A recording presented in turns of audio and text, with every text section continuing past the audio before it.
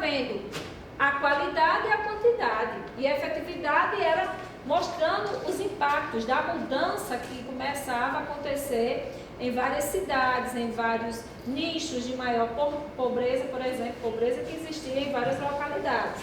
E isso começou a mover e retirar do Brasil velhas estatísticas, tanto na área educacional como na área de renda e etc. Né? Na hora que o governo diz assim, ó, diminuímos a quantidade de pobres no Brasil, né, a escala de gente que vai medir lá a miséria, significa dizer que nós estávamos um pouco mais preparados para o enfrentamento do grave problema que é a questão da segurança alimentar. No momento que retiramos essa base, não criamos uma outra resposta para que a população e a sociedade se movimentem, lógico, o problema vai bater e vai bater com força de novo. Né? Ainda mais quando você está numa situação de maior desemprego, criando maior número de vulnerabilidades sociais. Isso é óbvio. Então, mas a base conceitual que tanto o Estado aqui trabalhava e esse Estado trabalhava, a base conceitual era a mesma. A administração estratégica, a administração gerencial, tem vários outros tipos, né, de técnicas, por exemplo, de método marcológico, planejamento estratégico situacional, planejamento estratégico participativo, que foi muito focado, né, nessa construção desses últimos anos, justamente para favorecer a comunidade, o intercâmbio com a sociedade. O PDCA, que é um planejamento simples de se fazer, que trabalha planejamento, desenvolvimento da ação e monitoramento dela. O método Altadir, de planificação popular, é muito trabalhado nessas comunidades dos povos tradicionais, mais restritas, que você pode fazer um projeto de menor envergadura, desenvolver o projeto lá dentro. Isso foi muito mais desenvolvido.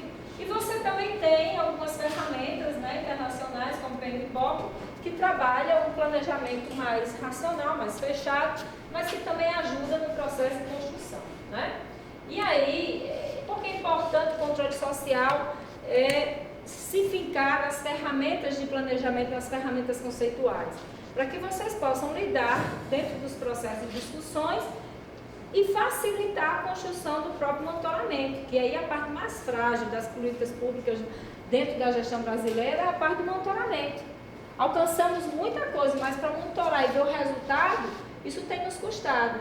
Né? E a transparência pública, vocês podem prestar atenção, os portais governamentais do âmbito federal, do âmbito estadual, mas do federal já está nítido, eles estão começando a diminuir, a se fechar. Por quê? Porque o governo que está posto não quer que a sociedade saiba o que está acontecendo. Tá? Vários portais foram criados nas gestões anteriores para facilitar o mecanismo de transparência pública, que era um mecanismo que está lá na Constituição, faz parte da gestão pública. E hoje eu, pelo menos, já acessei vários sistemas que antes eu acessava, hoje eu vou acessar e está sempre lá, página em manutenção. O MDS, por exemplo, que é o ministério que mais cuidava dessa área de vocês, a gente viu muito isso lá em Brasília. O cara que deu o curso foi justamente o cara de lá. Ele disse, olha, eles estão fechando, eles estão tirando todos os sites, eles estão fechando devagarinho. Eles não fecharam tudo não para a gente não notar que eles estão fazendo isso, mas estão tirando.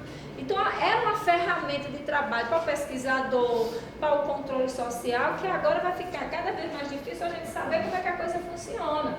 Por isso que a gente tem que correr atrás disso, para que pelo menos isso seja mantido, para que a gente possa acompanhar, né, ter algum nível de atividade técnica junto a esses órgãos e a esses elementos. Então, a gente sabe que melhora a compreensão da forma e como o Estado atua no momento que a gente está tecnicamente mais instruído, tá? Capacita a preparar um bom planejamento, a criar conjuntamente com os setores envolvidos o plano de monitoramento, lembrando que o Conselho, vocês podem pactuar com aquelas organizações não governamentais e as governamentais algumas ações de monitoramento, né? Não é você simplesmente que tem que fazer, mas se você cria um planejamento, projetos de monitoramento para uma linha ou outra que tem dentro do plano e convida os outros setores, as pessoas começam a também fazer o controle social. Porque a gente tem que lembrar que o controle não faz parte do conselho, o controle deve fazer parte da sociedade civil como um todo. Mas a gente tem que vender essa ideia. Se a gente não vender essa ideia, a gente não tem como pressionar os órgãos governamentais governamentais para que eles façam as coisas. Então, eu tenho que ser controle como usuário e posso ser controle como instituição social. Né? E aí, nesse momento, a gente começa a pensar um pouco, né? O Conselho já sabe o que é planejamento estratégico? Vamos fazer uma discussãozinha rápida sobre isso? Eu deixei uma planilha aí. O Conselho já utiliza em sua gestão planejamento estratégico? Hã? Como o Conselho utiliza essa ferramenta de gestão? Então, vamos tentar pensar, vamos dar aqui uns 10 minutos. O que é que eu já sei de planejamento estratégico? Como é que a gente, né, utiliza?